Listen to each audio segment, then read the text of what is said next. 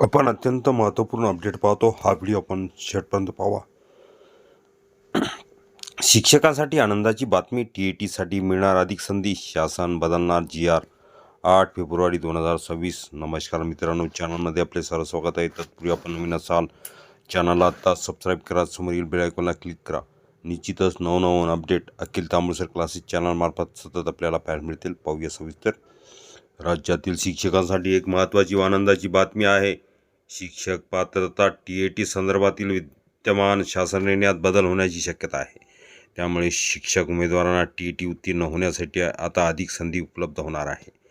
महाराष्ट्र राज्य परीक्षा परिषदेच्या वतीने आता 2026-27 या शैक्षणिक वर्षातील पहिली TET जुलै महिन्यात होईल.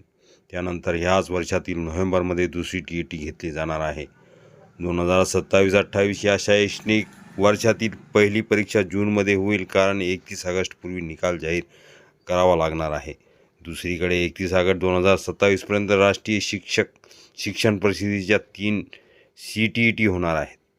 1 सप्टेंबर 2025 रोजी सर्वोच्च न्यायालयाने TET सक्तीचा निर्णय घेतला आहे आणि त्यासाठी 2 वर्षाची मुदतही दिली आहे. ही मुदत 31 ऑगस्ट 2027 रोजी संपणार आहे. शिक्षकांसाठी खुशखबर. राज्य शासन बदलणार GR. शिक्षकांना TETची मिळणार 6 संधी. सर्वोच्च न्यायालयाची मुदत ऑगस्ट 27 पर्यंत.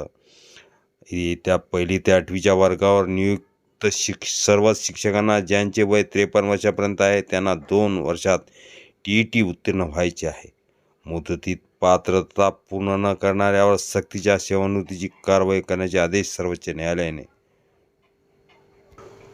दिले आहेत.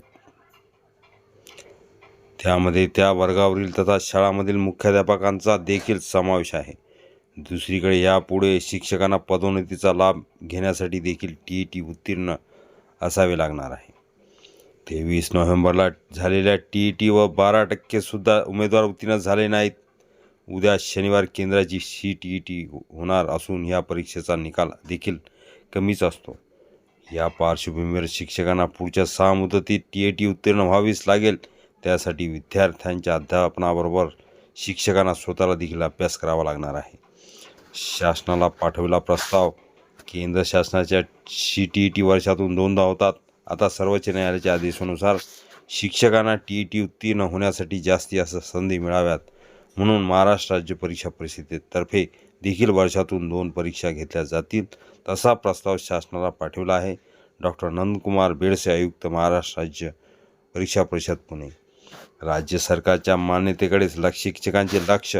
महाराष्ट्र राज्य परीक्षा परिषदेच्या वतीने दरवर्षी एकदाच TET घेतली जात होती, तसा शासन निर्णय आहे.